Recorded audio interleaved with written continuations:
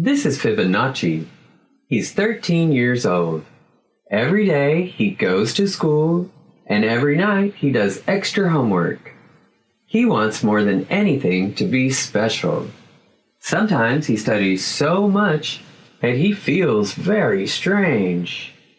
This week, he read something by a famous psychologist.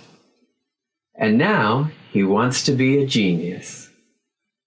Most people think of genius as something decided by your genes, that you are either born with or without it.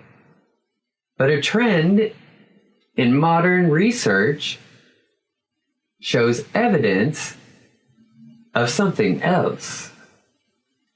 First, let's look at the definition of genius. The Oxford English Dictionary says that genius is a special intellectual or creative power, or someone who is extremely intelligent or has an exceptional skill in a particular area. So what's the difference between someone who is really smart and someone who's a genius?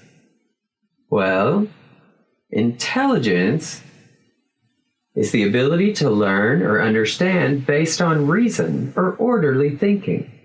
So, if intelligence is based on orderly thinking, then how does a genius think?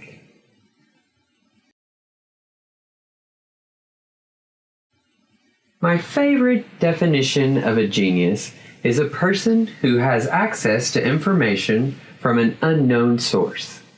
It has been said that a genius is one who shoots at something no one else can see and hits it. And Deepak Chopra says, this is the nature of genius, to be able to grasp the knowable even when no one else recognizes that it's present.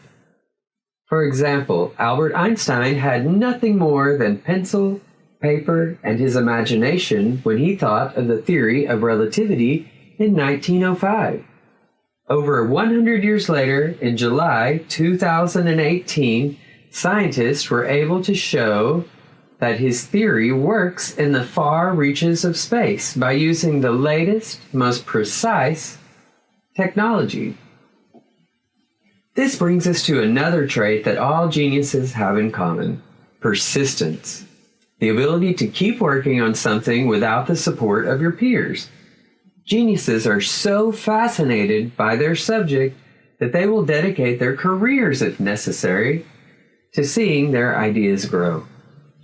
So genius is a combination of creativity, dedication, and inspiration. And what separates them from very smart people is their strong commitment to their ideas, ideas which are often not understood at the time.